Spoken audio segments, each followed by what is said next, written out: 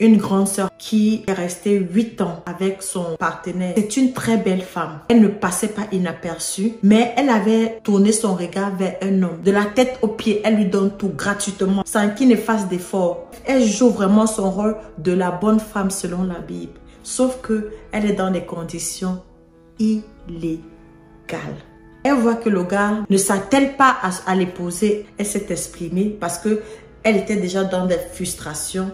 Elle dit, on vous dit d'épouser les femmes, vous ne voulez pas, vous les prenez chez vous. Et lui, il répond, et quand les femmes ne se comportent pas comme les vraies femmes, elles attendent qu'on les épouse. Quand j'ai entendu ça, j'ai compris, il ne pouvait pas avoir de mariage.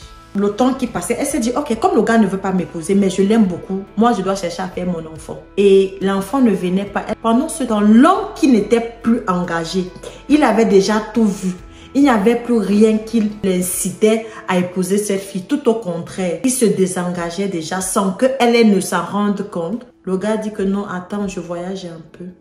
Et il voyage. Quelques temps plus tard, elle apprend par les connaissances que le gars s'est marié. Mais d'un beau mariage extraordinaire. Je vous assure, il a fallu de peu, la fille allait mourir. La fille est tombée en syncope.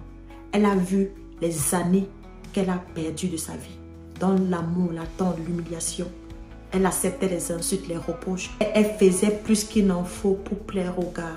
Et le gars l'a laissé pour aller épouser une fille qui ne sait même pas sacrifier pour lui. C'est ainsi que la vie est faite. Et je sais bien aimé que beaucoup de personnes ont vécu cela. Si toi tu n'as pas vécu cela, tu as sûrement assisté à une histoire comme ça. Et si c'est le cas, je te prie de partager comme témoignage aussi ton histoire ou ce que tu as connu. La première des choses que le concubinage entraîne, c'est la perte du sens de l'engagement. C'est-à-dire que quand tu te mets avec un homme, il perd ce sens de l'engagement. Pourquoi? Parce qu'il a déjà tout obtenu de ce qu'un marié doit avoir. Donc, il n'est plus motivé à se précipiter à t'épouser. La deuxième chose, c'est que il y a des conflits de valeurs spirituelles. Tu sais, chère sœur, que quand on part dans le concubinage, en fait, on va avec sans objectif. Il n'y a pas de prérequis.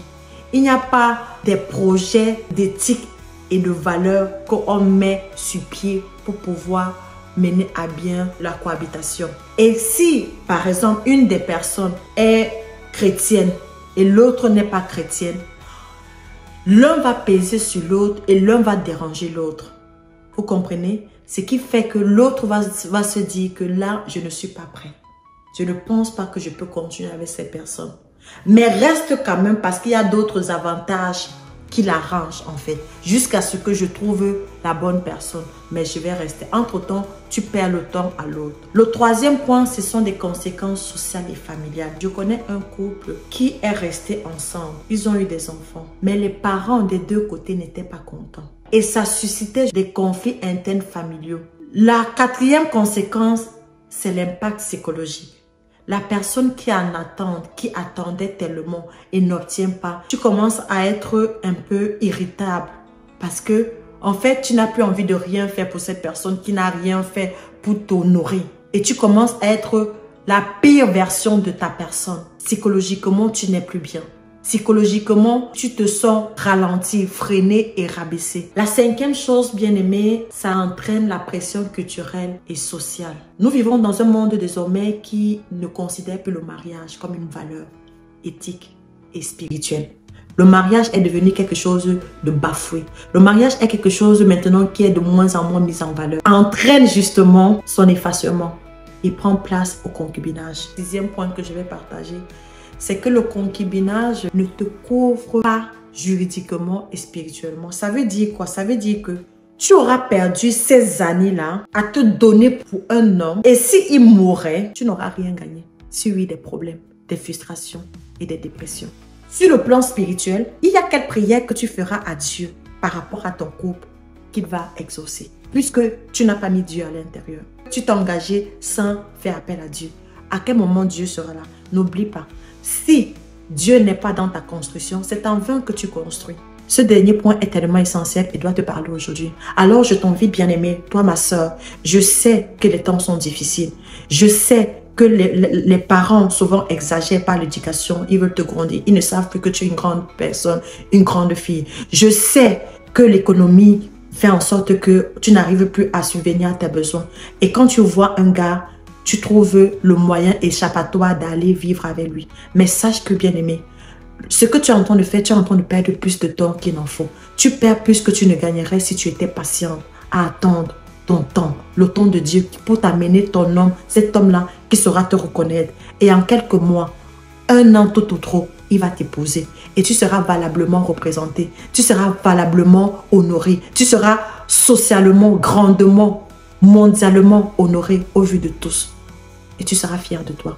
Est-ce que ça n'a pas de prix? Est-ce que ça ne vaut pas la peine d'attendre? Peut-être tu voulais déjà partir de chez tes parents. Peut-être tu voulais déjà aller vivre avec un homme. Je te prie d'attendre, d'être patient. À vous, couple qui est déjà ensemble dans le but de vous marier, ce n'est pas le moment de continuer. Arrêtez-vous un moment.